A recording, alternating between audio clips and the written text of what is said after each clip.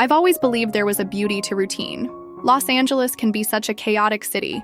Traffic tangles the freeways for miles, crowds flood the sidewalks at all hours, and the constant buzz of ambition hums through every open window. But I'd learned how to keep myself calm in that ever-present swirl. My life was a carefully curated cycle of work and rest, of early mornings and steady evenings. I found comfort in knowing exactly what the next day would bring. To an outsider, perhaps my days seemed repetitive. I would wake up at dawn, brew coffee in my chipped blue mug, and look out the window of my modest apartment, set on the quieter edges of West Hollywood, just a few blocks away from the frenzy of nightlife. By the time the sun had fully risen, I'd already be in my car, turning onto busy streets with unwavering confidence, as if on autopilot. My name is June, and I work as a marketing manager at a bustling advertising agency that churns out ideas with rapid-fire speed. For someone who embraces order and predictability, I realize it's a bit ironic, yet that environment keeps my mind engaged in a structured chaos that I can navigate with checklists, spreadsheets, and a finely tuned sense of organization. Every single campaign is a puzzle, but once the pieces align, it feels like a small triumph of logic over disarray. If my workspace is a whirlwind, then my personal life is the eye of the storm. I keep my home neat and minimalistic, white walls, gray furniture, and only the occasional splash of color, like the bright teal throw pillow I bought on a whim. Each item has its place, and each routine has its precise slot in the schedule. For the longest time, I thought that was all I needed. After all, I've had relationships, some lasting a year or two, but they never chipped away at my guarded heart. My self-sufficiency prevented me from letting anyone wander too far into my space. And, truthfully, I preferred it that way. So the day Claire walked into our office threatened everything I'd so painstakingly built. It was a Tuesday in mid-August, scorching hot. I remember the moment vividly. The overhead lights caught her hair at just the right angle, giving her a sort of halo as she entered the creative department's open-floor workspace. She was introduced as our newest creative lead, a fresh hire from Seattle. When our team leader spoke her name, Claire, she smiled. And that smile seemed to hold equal parts promise and danger. I never considered myself easily mesmerized, but something about her presence commanded attention. She dressed casually in a white blouse half tucked into dark jeans, exuding confidence. Her posture was relaxed, her head tilted as if constantly leaning in to listen, yet her eyes shone with such vivid focus that you felt she could read every thought in your head. For a moment, I stood at my desk, half hidden behind my laptop in the marketing section, trying to decide if I should say hello. Usually, I'm the first to greet new hires with a courteous smile and a standard welcome aboard. But with Claire, some indecipherable feeling kept me pinned to the spot, or maybe it was curiosity pushing me forward. Ultimately, courtesy won. I closed my laptop, walked over, and extended my hand. "Welcome to the team," I said, hoping my voice was neutral. "I'm June. I manage some of the marketing strategies here." Her handshake was warm, a perfect balance of firmness and ease. She met my gaze without hesitation and responded with a voice that was both confident and friendly. "Claire, it's really great to be here. I've heard a lot about this place." Her eyes flicked over my face in a fleeting study, or so it seemed, or maybe I imagined that intensity. We exchanged a few words of small talk, how she was settling in, her first impressions of LA's heat compared to the drizzles back in Seattle. She joked that her hair might never forgive her for the climate shift. It was a breezy conversation, but I couldn't shake the subtle energy flickering beneath the surface, an energy I wasn't used to feeling. Finally, I said something like, "Well, good luck. The creatives around here can be a wild bunch, but you'll fit right in." It was a mundane farewell, yet my heart thrummed unusually fast as I turned to go back to my desk. With practiced ease, I tried to bury myself in data analyses, marketing proposals, and budgets. Yet my focus wasn't as sharp as usual. In my peripheral vision, I kept noticing Claire, talking to other team members, rummaging in her new desk drawers, or flipping her hair over her shoulder. Each glimpse brought a small spark of awareness, but I dismissed it. Or at least I tried. Deadlines loomed, after all, and I had a routine to uphold. By the time the sun set, I packed up to head home, convinced my predictable life would remain unshaken.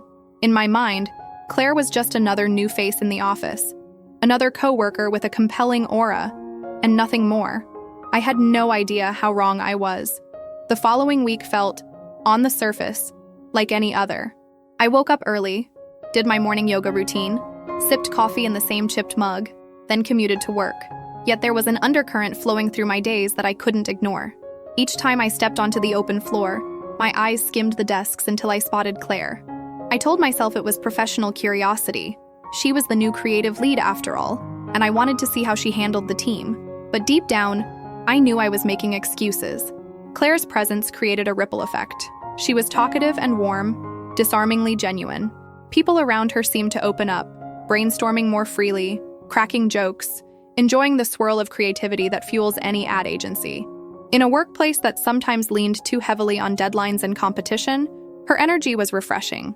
Once in a while, she'd come by my desk. "Hey, June," she'd say, "can I pick your brain on something?" Or, "I'm thinking of pushing boundaries for this client.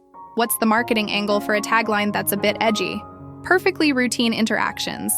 Yet the way she leaned against my desk, arms folded casually, her gaze locked onto mine, felt like an invitation to some secret place. At first, I tried to keep it strictly business, but Claire had a knack for disarming my focus, steering our talks toward music, weekend plans, or random local coffee shops. In the process, I found myself revealing little pieces of my life, things I rarely shared with coworkers, like how I was raised in a small coastal town in Oregon, how a bad breakup fueled my move to LA. She never pressed, but she listened intently, and her empathy was striking. One afternoon, near closing time, I was finishing a spreadsheet when Claire stopped by, a grin lighting her features. "You're still here," she said, tilting her head in mild teasing. "Says the pot to the kettle," I teased back, noting her stack of papers. "Working late too, huh?" She shrugged. "Creativity doesn't clock out at 5? At least, that's the excuse I use." I laughed softly. "No rest for the wicked." "Exactly. Listen, I need coffee. And the cafe downstairs closed half an hour ago. Join me for a quick coffee run around the block. My treat." My first instinct was to decline. My routine dictated I head home, fix a light dinner, maybe watch a streaming show, and then wind down by 10. But something in her expression, genuine and inviting, convinced me to say yes. "All right," I agreed. "Just give me a second to finish up." Her eyes brightened. "I'll wait by the elevators." The coffee shop we visited was a small, cozy place a short walk away, its interior dimly lit by string lights and fragrant with roasted beans. We found a corner table, and Claire insisted on paying, so I ordered a latte while she went for a caramel macchiato. The place was nearly empty at that hour, making our conversation feel oddly private. We started with work talk, her impressions of the agency, how she was adapting to LA traffic. Then the conversation meandered. I told her about once trying to adopt a puppy, even though my building didn't allow pets. She laughed at my story of sneaking the little fluff ball into the apartment, only to face the landlord's wrath the next morning. "I wish I could have seen that," she giggled. I chuckled at the memory. "You would have gotten a kick out of it." I was panicking so much, trying to hide the puppy under a blanket. It was a mess. She stirred her drink thoughtfully. "You know, you're not exactly what I expected from a marketing manager." "Oh, I can be corporate," I teased. "But I'm a person too." She smiled, and for a moment there was a flicker in her eyes, something searching. I can see that. It felt like the air between us stilled, thick with possibility. Then she broke it with a soft laugh. "So the puppy, did you find it a home?"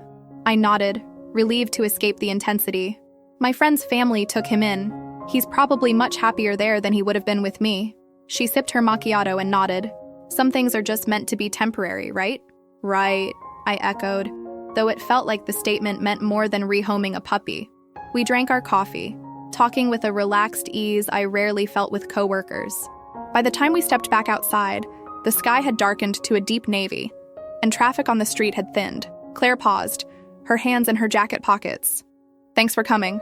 It was nice, not being the only one who craves a random coffee break." I shrugged lightly. "Sometimes we need a little spontaneity." She looked at me then, in a way that made my stomach flip.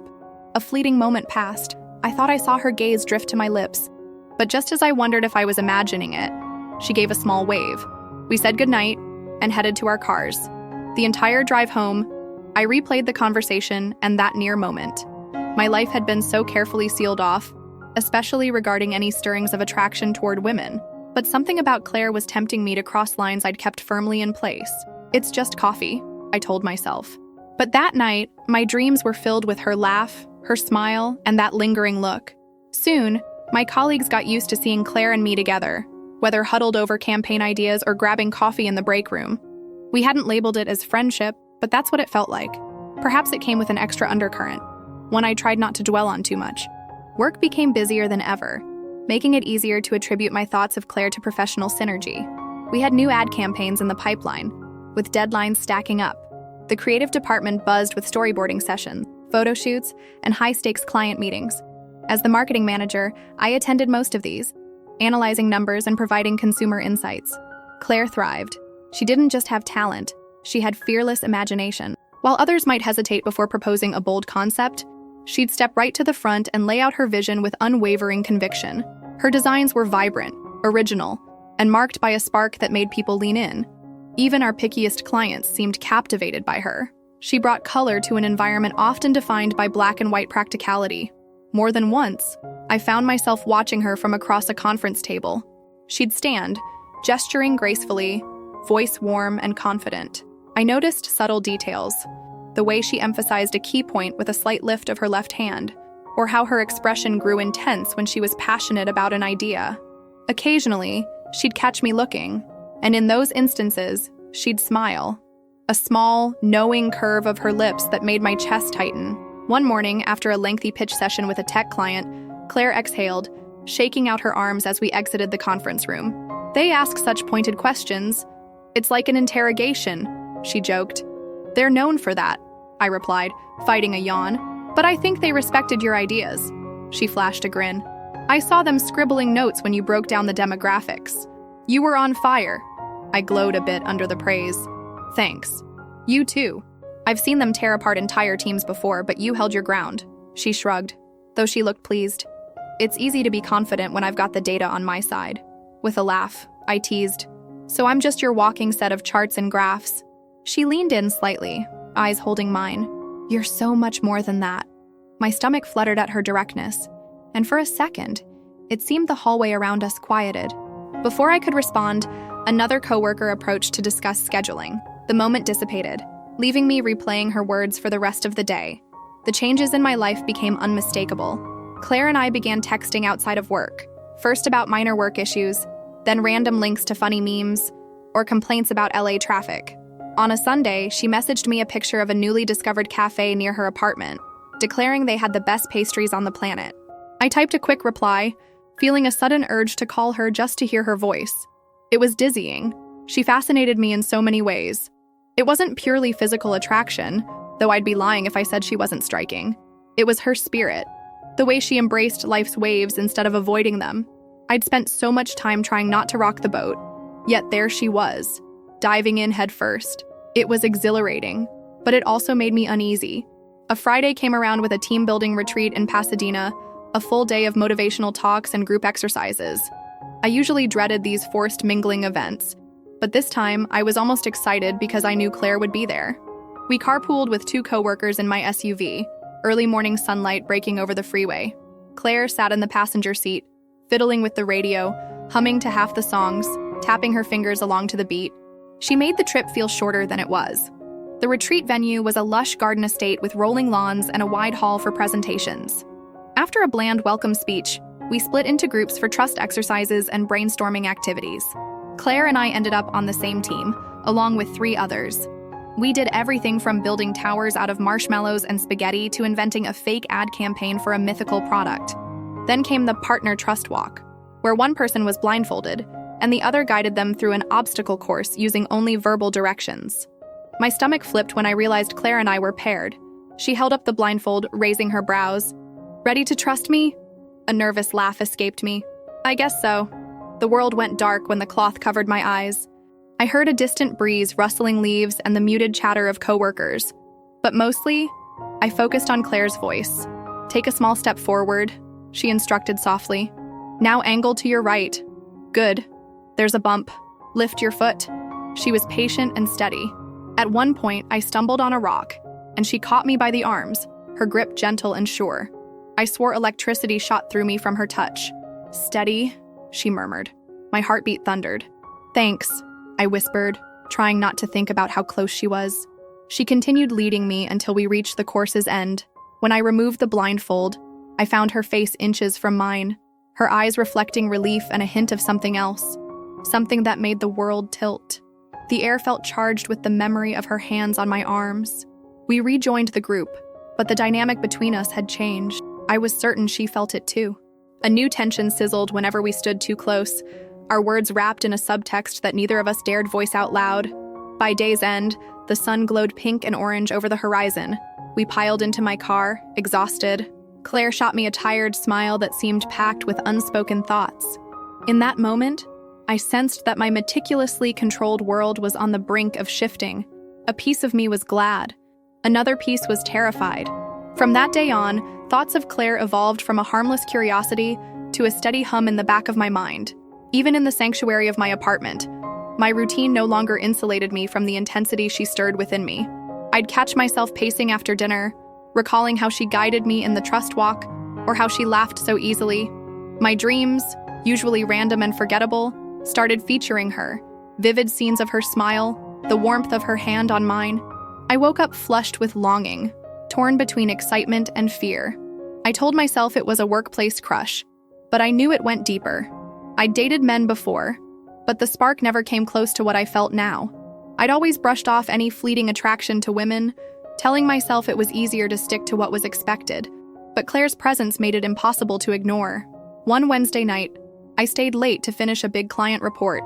The office was nearly empty, the clack of my keyboard echoing in the silence. My phone vibrated with a text. "Claire, still here?" she wrote. "I see your light from the hallway. Don't tell me you're pulling an all-nighter." I smirked, typing back, "Might as well be you." Her response came quick. "Finalizing some design comps in the creative lab. I'm starving." "Dinner?" My stomach growled in response. I glanced at the clock, realizing I hadn't eaten since midday. "Sure." "Thai food?" "Yes." "Green curry." We agreed to meet in the lounge, a small space with a couch, TV, and kitchenette. By the time I picked up our takeout, she was already there, barefoot, feet tucked under her on the couch. She thanked me, eyes lighting up at the smell of curry. We ate in comfortable silence at first, occasionally trading remarks about office stress or the spiciness of our meals. The overhead fluorescent lights lent everything an odd sense of isolation, like we were in our own private world. Eventually, Claire spoke, her tone cautious. "You once said you moved to LA for a fresh start. What did you mean?" I hesitated, but something about her open expression prompted honesty. "I ended a long-term relationship back in Oregon. It was not great. I realized I was stuck, so I left." She nodded, setting aside her food container. "I get that. Same story for me in Seattle. Needed a change after a breakup. Wanted sunshine instead of constant rain." We fell silent, the admission hanging in the air. Something connected between us then. Two women who'd left their pasts behind in search of reinvention. Claire studied me with an intensity that made my heart pound. She finally spoke again, voice subdued. "June, do you ever feel like you're afraid to let yourself be happy?" The question hit me like a punch to the gut. "That's direct." A rueful smile curved her lips. "Sorry, I can be too blunt sometimes." I shook my head. "No, it's okay. Yeah, maybe I am. I like stability, order. It feels safer than taking big risks." Her gaze never wavered. "Sometimes losing control is exactly what we need to find something real." Heat rushed to my face. The air thickened, a quiet challenge lingering between us. My heart drummed a frantic beat, but my words failed me. Sensing my nerves, Claire sighed and helped me gather the empty containers. "We should probably get back to work." I nodded, more relieved than I wanted to admit. "Right." We parted ways, but the conversation kept replaying in my mind. I ended up staring at the same paragraph for an hour, accomplishing nothing. Close to midnight, I shut down my computer and walked past the dark creative lab, only to notice she'd left a notepad behind. I picked it up, curious about the watercolor design on the cover. Opening it, I discovered sketches, flowing lines and abstract shapes, half-formed concepts for future campaigns. One page featured the outline of a woman's silhouette with her hair in a neat bun, eerily similar to how I wore mine at work. Was that me? My chest tightened. Claire had never mentioned figure sketching, and it looked like she'd drawn me from memory. I closed the notepad gently and placed it on her desk, a flutter of hope awakening inside me despite my attempts to remain collected. The image of her drawing my silhouette followed me home, trailing into my dreams. That night, I slept fitfully, caught between a desire to run and a desire to dive headlong into what was brewing between us. Fear had always been my shield, but that question wouldn't leave me. Was I also shielding myself from genuine happiness? The next morning, I arrived at work, still plagued by restless sleep. My eyes felt heavy, and the coffee I drank tasted weak, offering no comfort. The building bustled with the usual routine. Co-workers rushing to finalize a pitch, clients demanding updates, interns scurrying with stacks of documents. I slipped into my seat, determined to stay focused. Claire appeared beside me, looking impossibly fresh. She offered a tentative smile. "Hey, can we talk for a second?" My heart lurched. "Sure," I said, gesturing to the spare chair by my desk. She sat, fiddling with a pen from my desk. "I just wanted to say thanks for dinner last night. Or, well, thanks for picking up the food.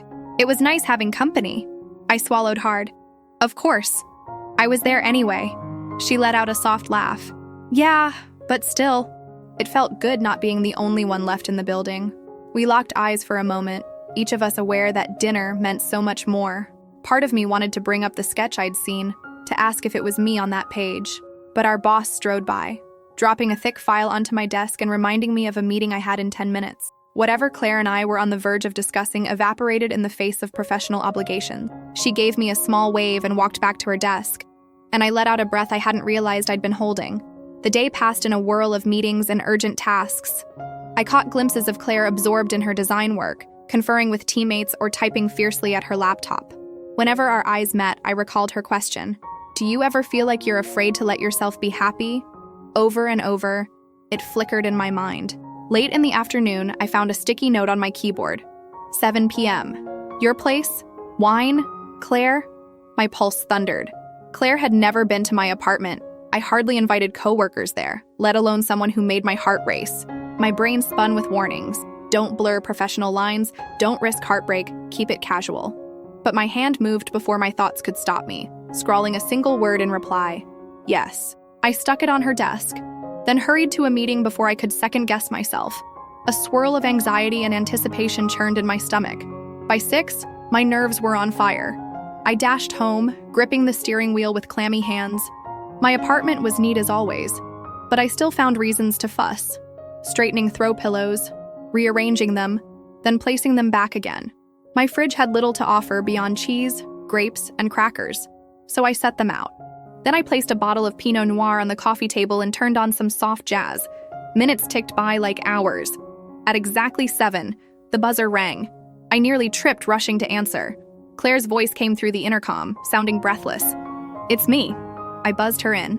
Moments later, she stood outside my door, a bottle of white wine in her hand. She wore a casual sundress that showcased her shoulders, and I swallowed hard, reminding myself to breathe. Her hair fell loosely in waves. "Welcome," I said, desperately aiming for composure. "I see you brought backup." She lifted the bottle with a smile. Figured I shouldn't show up empty-handed. We walked into my living room. She glanced around, taking in my minimalist decor and precisely arranged books and furniture. "Wow, this place is so neat," she teased. Heat rose to my cheeks. "Yeah, I like things in order." "I can tell," she said, eyeing my color-coded bookshelf. "It's alphabetized." I shrugged, feeling strangely self-conscious. "It helps me find what I need." Claire turned to me with a soft, inquisitive expression. "You really do like control, huh?" My cheeks warmed more. Yeah, I guess so." Her gaze lingered, like she wanted to say more. But she simply asked which wine we should open, and we settled for the Pinot Noir. We sat on the couch, each sipping from a glass while the music played quietly in the background. At first, our talk was a continuation of our usual banter. Work gossip, her quest for a good gym, my favorite hiking spot. But soon, the wine eased our tension, and the conversation took on a deeper intimacy. Eventually, Claire looked at me with that unnervingly gentle intensity. "Can I ask something?" My heart pounded. "Sure." She set down her glass. "What's the real reason you hold yourself back whenever we start getting close? Is it me, or is it you?" I gripped my wine glass so tightly my knuckles whitened. Part of me wanted to deny everything, but I was so tired of running. "It's me," I admitted at last. I've been cautious for so long. I'm scared of messing things up, of making things complicated at work, or everywhere." Her expression softened, and she took my hand in hers. I don't want to push you, but I don't want you to think you can't talk to me about what you feel. A knot of emotion lodged in my throat. I'm still figuring it out, I whispered. But when I'm around you, I feel like my heart might explode. A tender light flared in her eyes. She slid closer, the warmth of her body radiating across the small gap between us. I feel the same way, she murmured. She lifted her free hand to cup my cheek, and in the hush of that moment, our lips met, gentle at first, as though tasting the possibility, then with an urgency that felt like a release of every unspoken desire. I could taste the sweet tang of wine on her lips, feel her breath mingle with mine. My heart pounded so hard I thought it might burst. After what felt like a timeless pause, we drew back, our foreheads touching, breath ragged. I've been wanting to do that, Claire confessed. My eyes fluttered shut. Me too. We lingered in that intimate space, then slowly eased apart, acknowledging the reality that we were co-workers, yet also something more. And for the first time, I didn't feel that familiar jolt of panic. Instead, a fragile excitement flickered to life in my chest. Claire's hand still held mine. We can go slow, she offered gently. My throat felt tight with emotion. Thank you. We spent hours talking in hushed voices, punctuated by occasional tender kisses. She told me about how she dreamed of creating ads that weren't just about products, but about shared human experiences. I told her about missing Oregon's coastlines and old forests, about how I sometimes wandered the LA hills to recapture that sense of calm. Each story deepened the feeling that we were weaving our lives together. Close to midnight, she stood, hesitant. I should go. I walked her to the door. There, she kissed me one last time, a lingering softness that made me forget how to breathe. See you tomorrow, she whispered against my lips. I nodded, grinning. See you tomorrow. When she was gone, I leaned against the door, my heart thudding in my chest. Everything had changed in a single evening. Yet instead of fear, I felt hope. Even the precisely placed books and color-coordinated decor seemed to shimmer with possibility. I had crossed a boundary, one I never expected to cross. Standing on the other side felt both terrifying and wonderful.